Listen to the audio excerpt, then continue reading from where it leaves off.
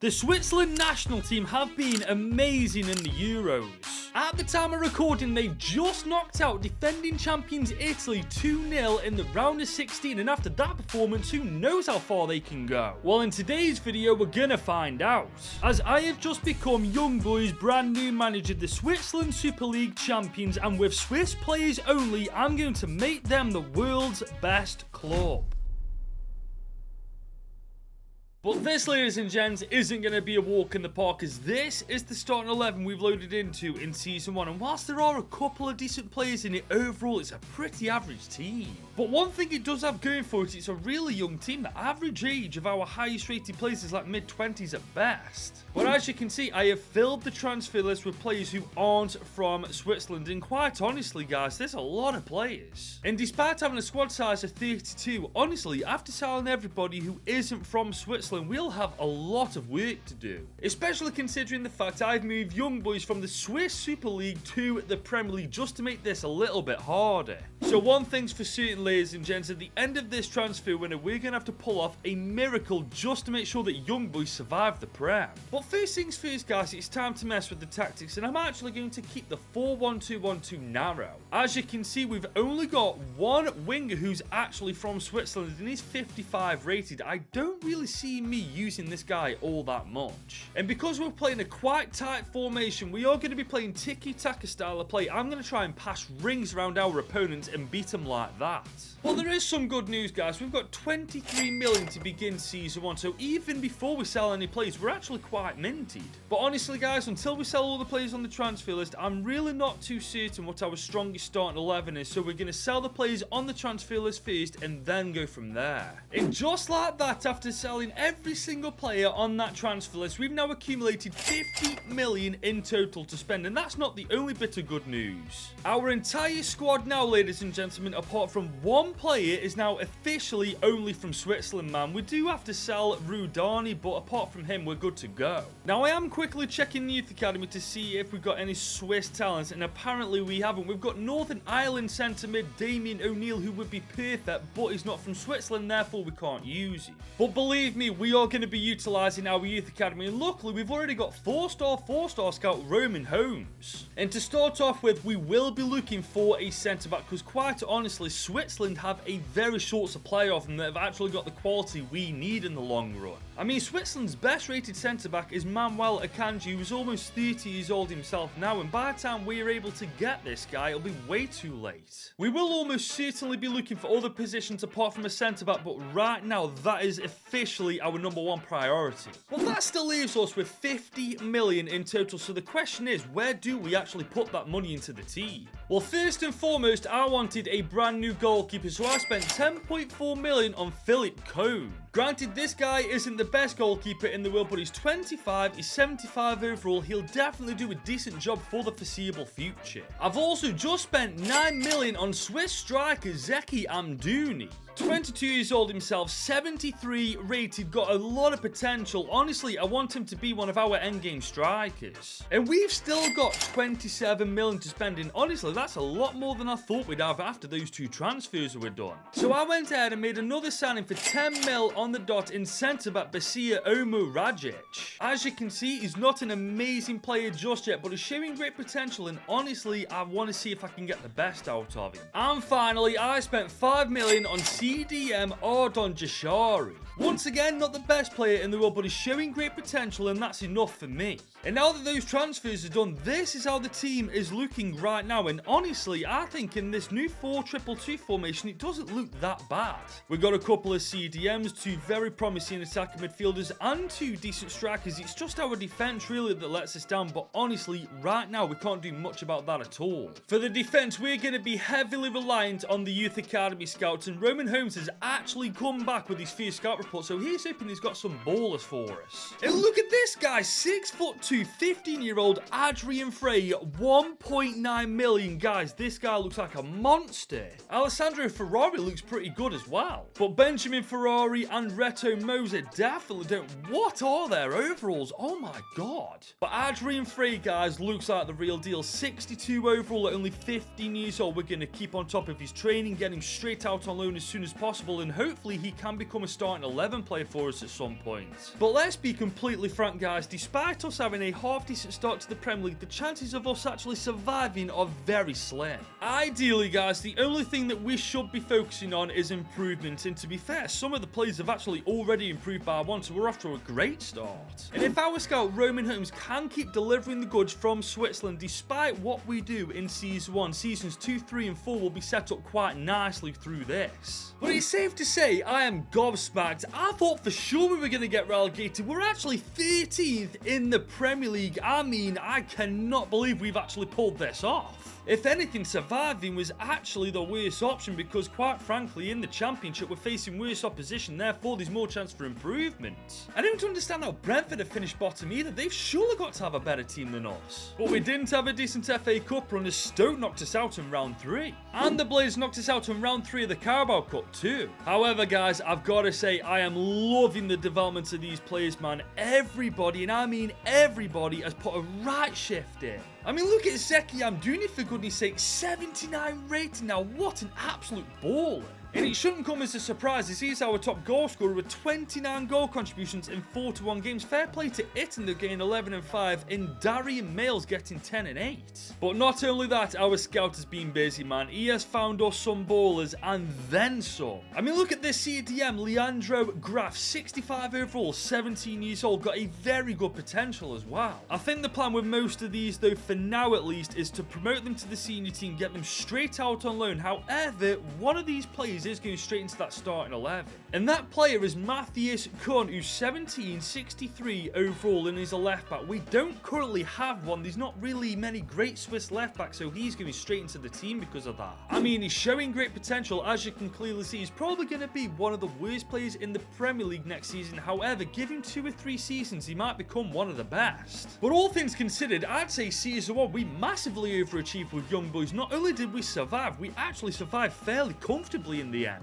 We've also got an insane Swiss youth academy right now, so the Swiss national side's really going to be looking good. And in fairness, guys, the starting 11, all things considered, isn't that bad at all. Obviously, there's a lot more room for improvement, but we can take that step by step. And the best thing is, hopefully, with us having still 11 million in our budget and us surviving the Prem, we may get a little bit more money to work with in Season 2 as well. But before we go any further, if you're enjoying this Swiss-only rebuild, consider leaving this video a big old thumbs up and smash that subscribe button. Unfortunately, guys, as we arrive into Season 2, we've only got 36 million to spend, and that's kind of thrown a spanner in the works in what I wanted to actually do with this money. Because I was only going to make one signing, Noah Okafor from AC Milan, but as you can see, he's worth between 46 and 37.1 million. And right now, we're not in any position to sell any of our highest rated players because they're all young, they're all our best players, and quite frankly, I want to keep them for the long run. Cedric Itten, on the other hand, is a different story. Only 27, 75 overall, worth 6.5 million. So maybe if we add him to the deal, they might actually go for this. So I'm offering the total amount of 38.5 million, which leaves us 7.5 million to sort his contract out if they accept this. You know what, actually, I'm going to boost that selling clause to 25% as well, just to sweeten the deal. They haven't accepted it. 46.4 million. There's no chance we're going to get him, is there?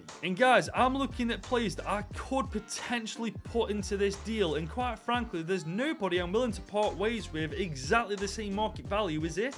That's a shame, man. The deal was over before it's even bloody begun. The absolute worst thing about this is, though, there's nowhere in that starting 11 that I want to put the 30 odd million, because quite frankly, I was going to promote some youth players and actually put them into the starting 11 over some of the players actually already in it. I mean, for example, Adrian Frey and Leandro Graf, both 65 overall, both got insane amount of potential. I wanted to throw them into the starting 11 despite what we do at the end of this season, just to give them a shot. Which means I was going to loan Sandro Lauper out as well as Amenda, just to make sure that their game time is untampered. I think for now we're just going to have to hold on to this money till next year, man, because if I do spend this money, is going to hinder what I was going to do this season anyway. But one thing I am going to do is use our youth academy to try and find us a couple of more strikers. I probably should have done this last year, but I didn't anticipate Okafor being that expensive. But now that that's taken care of, this is how the starting 11 is lined up going into Season 2. Now, the big question is, are we going to survive this season? And honestly, I really don't know.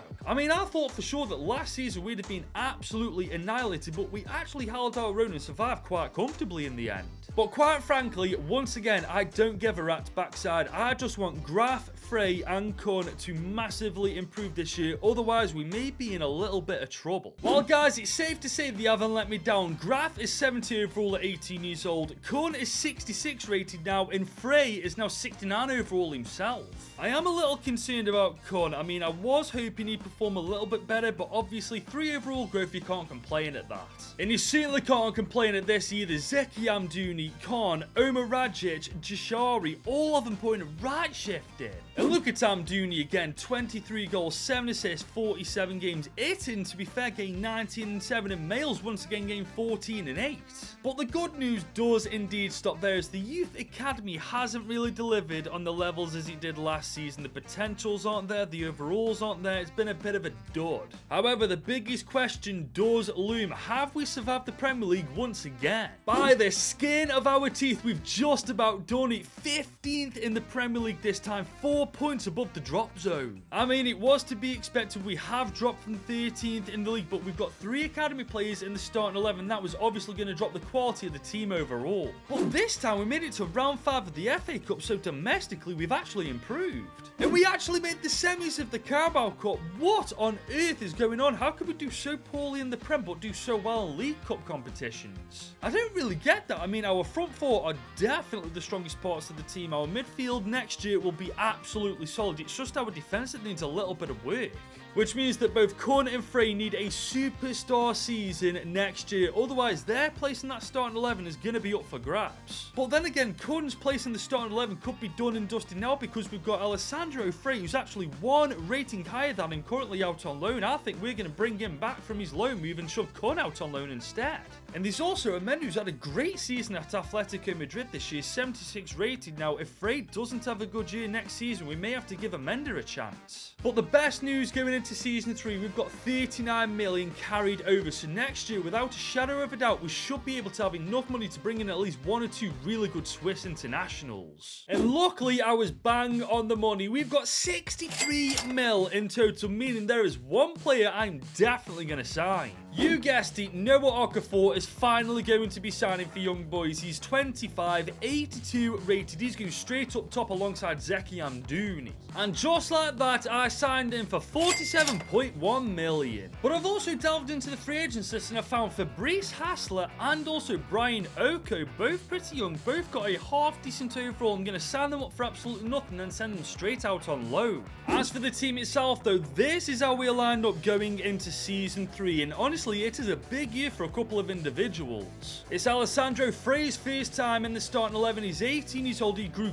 great last year when he was out on loan and he's showing great potential. Hopefully he has a really good year. It's also a big year for Adrian Frey, but now that his status is saying he's an exciting prospect, I don't think I've got to worry about him anymore. He's just going to grow really well now anyway. The question is though, now where are we going to finish this season? Because whilst our defence is still lacking in quality, our front 4 is definitely not. I feel like we may shock a couple of people. Guys, I'll be real, they've even shocked me. We are top 8, only like, what, 10 points outside the top 4? That's mental. Our front 4 must have carried us this year, man. We've scored a lot of goals, but we've also conceded quite a few too. But the Bottle Jobs have won the FA Cup. We are moving swiftly up. But the Carabao Cup had an insane final. West Ham versus Millwall. I mean, West Ham annihilated Millwall. Good news for the Hammers, bad news for Millwall fans. But finishing 8th in the league is beginning to make sense, because this team overall is absolutely mental. Frey, Graf, and also the other Frey are putting a right shift too. And look at Darian Males go, 22 goals and 10 assists for an attacking midfielder. That is actually mental. Zeki Amdouni with 29 goal contributions, 18 for Greenwich, 12 and 3 for Okafor. I mean, that I'm disappointed with. I thought he'd have a better season for us. But the thing I'm most happy about is the improvement, man. All of our top players are performing, and then there's the Youth Academy players. I mean, there's Adrian Frey, who, as you know, is 75 rated. Graf, also, as you know, 75 rated. But our left back has had a star-making season, 5 overall improvements. But this does raise quite an issue, because until Graf and the Freys establish themselves properly as starting 11 players and hit that 80 overall plus, we can't bring squad depth in their positions. Because, for example, Ere Komutu is absolutely not the better player out of the 2 centre-backs, but he'd get the starting 11 plays purely because he's a rating higher than Frey. The only logical centre-back we could bring in is Manuel Akanji, but I really don't think I'm going to, purely because long-term wise it just doesn't make sense. I mean, anybody with half a brain would know that Adrian Frey, out of the 2 centre-backs, is the right choice. I mean, he's only 18 years old and he's not far off Akanji. I guess we're going to have to wait and see what next year's budget is and then go from there, but right now, looking at the team, I feel like we're definitely on the right track to making Switzerland the best team in the world. Now guys, as we arrive into our 4th year in charge of the Swiss-only Young Boys team, we've got 60 million in total. And truth be told, I was going to try and sign Gregor Kobel, but as you can see from his market value, he's a little bit too expensive for us right now. But best believe, later down the line, he is definitely going to be playing for us at some point. The problem is though, we've got all this money and nowhere to really put it. I've been through the centre-backs and every centre-back I could buy is going to take the freaking place of Frey in the starting 11, and I don't really want that. And to be honest, it's the same thing with the midfield, man. Anybody I buy will take our CDM starting 11 spot off them. So I can't sign a midfielder or defender, but I can sign Briel Mbolo, who's having a great Euros at the time of recording this. 29, 78 overall, and his contract's running out. He'll do a job from the bench for us. And just like that, for 13 mil on the dot, Briel Mbolo's just signed for us on a 3-year deal. But this does mean we're carrying all this 43 million over to next year, but this isn't for no reason, man. At this point, we've got to be smart with how we spend this money, because everybody in our starting team, including our CDM Graf and both the Freys, have to keep their place in the starting 11 in order for them to keep improving at the rate they are. I mean, the same starting 11 we're rocking with got us a top 8 finish last year, so who knows what they can do this time. But guys, we're at the end of the season, and these stats, I'm not being funny, they are by a mile the worst we've had so far. What in God's name's happened this season? I mean, don't get me wrong, there's still a great deal of improvement, and to be honest, majority of our team now are borderline world class. But that team morale does not look good in the slightest. Bloody nobody in the starting 11's happy. What in God's name has happened in season 4? Okay, this officially makes no sense. We are top 4 with Young Boys in the Premier League, and we've officially got UCL football with them for the first time in this video. So that begs the question, why in God's name is everybody so unhappy? Cheer up, you miserable sod, you're going to be playing in Europe next season. But then again, we did lose in round 3 of the FA Cup to the bloody bottle job, so I can kind of understand to a degree why they'd be so unhappy. But we made the quarters of the Carabao Cup. Granted, we got battered on pens by Brighton, but that's still a decent achievement. Especially when you consider that 3 of our players in the starting 11 are still a bit of a work in progress as well. But our long-term plan with those 3 players is paid off, because now we are going to be playing Champions League football in Season 5. The thing is though guys, whilst we don't have a decent replacement for our CDM Graf and our left back Frey, our centre back Frey, however, we do have a decent replacement for. And you know exactly who I'm talking about, Manuel Akanji's 84 overall, but he is 31 years old now. The thing is though with Akanji, we'll only get 2 years out of him at best if we sign him, and on top of that, we'll stunt Frey's improvement because he's not getting game time with us. Don't get me wrong, it's very tempting to sign Akanji, but when Frey is improving 5 overall a season at 19 years old, I would be an absolute moron to go through with it. The thing is though, with this team being in the Champions League next year, we're going to have a lot more money to spend, and the biggest question is, where the hell are we going to put it? Well guys, as we arrive into the new season, I figured it out, and believe me, I have made a game-changing signing, as I've just spent 70 million on goalkeeper Gregor Kobel. He's one of the best goalkeepers in the world, and what did I tell you guys? At some point we were going to sign him, and I kept to my word. And we had a solid team before, don't get it twisted, but with Gregor Kobel in goal, I definitely feel like we're going to surprise a couple of teams this year. But we've still got 68 million to spend, and honestly, I think it's about time we brought in some squad depth for the bench. So I just spent 35 mil on central attacking midfielder Fabian Rieder. He's a decent player. I don't quite think he's going to make the starting 11, but he'll be a decent option on the bench. And finally, for 9 mil on the dot, I signed Alexis Antunes. And looking at the bench now, guys, we've done done a fantastic job of making sure that we're replacing quality with quality on the pitch. And thankfully, we managed to sort it out before we entered our very first Champions League with Young Boys, as we are in Group A alongside Leipzig, Braga and AEK Athens.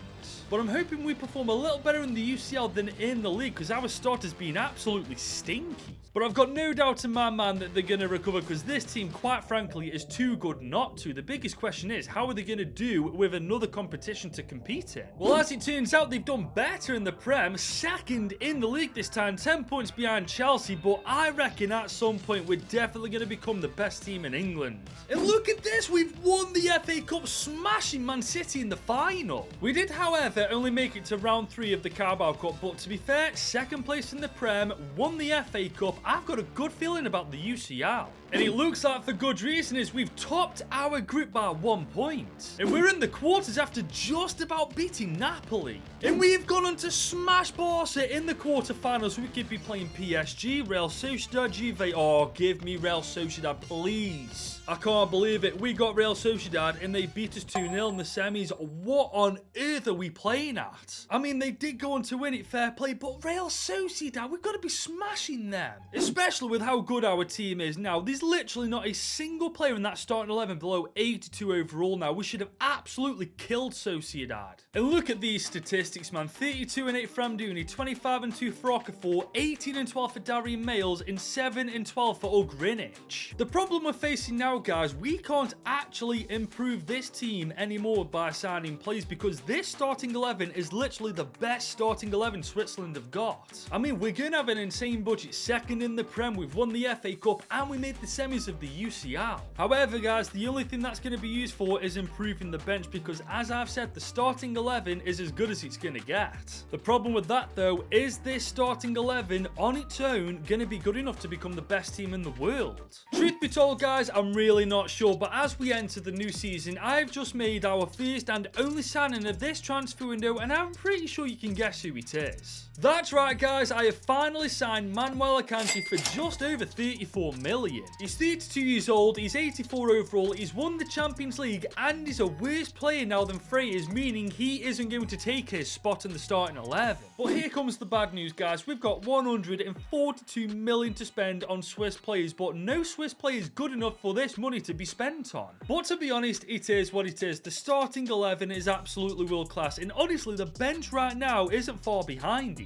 And that's just good news, as we are once again in the UCL, this time in Group F alongside Napoli, OGC Nice and Porto. But judging from the start we've had in the Premier League, I don't think I should be worried. 3 games played, 3 wins, undefeated, top of the table. And hopefully that's where we'll be at the end of the season, because honestly, I feel like the team we've got right now is definitely the best team in England. But the question is it finally going to become the best team in the world? I'm not sure yet, but one thing's for certain, we're the best team in England by a country mile. We have finished top of the Premier League by 9 points, smashing the ball jobs to do it. This is becoming a rarity though, man. It's so rare that I win the Premier League purely because of how disgusting Man City are, and they finished 3rd in this league this time. We've also gone on to win the Community Shield, beating Chelsea to do it. However, we couldn't add a 3rd trophy to the cabinet, as Blackburn Rovers knock us out of the FA Cup in round 6. And we get knocked out in round 4 of the Carabao Cup by the Bottle Jobs. It's time to move swiftly on. And we're moving on to good news, is we didn't quite top the group, but we do make it through to the round of 16. And that's where we just get past Leverkusen by the skin of our teeth. But we've got no issue knocking Arsenal out, guys. We could be playing Juve, Sociedad or Chelsea in the semis. Give me Sociedad, though. I want my revenge on them. But we've got something even better. We faced Juve in the semis, beat them 2-1, and because Sociedad beat Chelsea, we're playing Sociedad in the final. We have got such a mental opportunity here, guys. Not only can we take our revenge on Sociedad, we could stop them from winning this competition twice in a row. But then again, looking at that team, I understand why they've done so well, because quite frankly, Real Sociedad's recruitment has been ridiculous. But as you can tell from the stats, so is ours. Okafor with 33 and 6, 23 and 5 for Amdouni, and 20 and 14 for Darian Males. And this right here, ladies and gents, is the team heading into the UCL final. And what a freaking team we've created, with Switzerland players only, remember, as well. It's actually crazy, not a single weakness in that starting 11, and quite frankly, the bench as well. And to be honest, we've done quite a bit with this team. Not only did we survive relegation in Season 1, we've won the FA Community Community Shield, we've won the FA Cup if I'm not mistaken, and we've also just become the best team in England.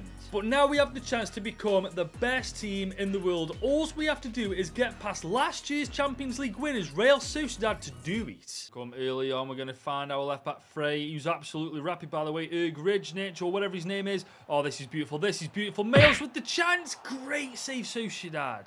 Amdouni is on the ball now. We're going to cut this back. Frey is open. We're going to try and find our way through Sociedad's defence. I think we may have just found it shot. Another freaking block. Males is on the ball now. We've got Ugridnich on the ball. There we go. Oh, what a freaking strike that is. 14 minutes into the game, we put Young Boys 1-0 ahead. Beautiful bit of tiki-taka play. Ugridnich on the right-hand side. Buries it, no problem. 1-0 up. Here come Real Sociedad though, they're coming forward with a vengeance. What a bit of defending though that is. Males is on the ball. Okay, we're going to have to play this nicely because Real Sociedad are really defending one. But look at this for a bit of play. Amdouni's there. Turn, and hit it. Oh my God, what a save. That save was honestly next level. Fair play. Ugridnich has got the ball. Omerted in the box. Oh, what a freaking header that is. He may have made that original save, but he couldn't bloody keep that out, could he? Omar Rajic with an absolutely beautifully floated header, and we go 2-0 up just before half time. Ugridnich with an absolutely gorgeous ball, man. Look at that for a header. The keeper doesn't stand a chance. I'm telling you guys, Sociedad have got to reply soon, otherwise I am going to humiliate them. But here they come on the right hand side of the pitch. Kubo's on the ball. That is a phenomenal effort. Here we are though in the second half. Sociedad are coming forward. They're coming forward with a vengeance. That is actually a kind of lackluster attempt at goal. They've definitely changed their tactics. We cannot breathe. We can literally not even get outside our bloody box, for God's sake. But we have worked our way out of our area into there. So we've got Frey on the ball now. We're going to come back. Ugridnich, he's been the centre point of basically everything in this game for us. Unfortunately, Amdouni couldn't make anything of that. Here we come once again though. Males is on the ball. Look at him go. Okay, fair enough. Lacroix just put a stop to that just like that. And here comes Xerxes. We're only 2-0 ahead, remember. They get a goal. They're right back in it, but it looks... Oh, no, Xerxes through, and that is 2-1 indeed. Sociedad get a goal back with 20 minutes to go. It's game on again. They split us apart with that through ball pass to Xerxes. He pulls it back, does the rest himself, and it is officially 2-1. Here we come with Ugridnich trying to get 3-1 up. Oh my lord, that is a beautiful save. 15 minutes on the clock. Ugridnich with the corner. That's a great ball in. Amdouni's head was denied. Graf though on the outside of the box. Oh! Amdouni with the rebound, and he's there. It is not offside. That is 3-1 to us. Graf had an absolutely gorgeous long shot denied by the post, but Amdouni onside is there for the rebound. We have a little bit of breathing room now. We can't afford to concede one goal, but ideally, I don't really want to. You know what? To Sociedad's credit, they ain't giving up, but look at that from Okafor, man. He wants his goal in this game, and he may just get it. There's time left. It could be 4-1. Oh my days, he's just being absolutely ransacked. But that is all she wrote, ladies and gents. Young Boys beat Sociedad 3-1 in the Champions League final to make them the world's best club. And this did not take as long as I thought it would. 6 seasons in total, only using Switzerland players. I mean, fair play, they are absolutely crap. But with that, our job is officially done. If you have enjoyed this video, be sure to leave it a like, smash that subscribe button if you're new around here, help me beat Raman to 100,000 subscribers. And if you want more content like this right now, click here to watch this rebuild I did with MK Don signing English players only.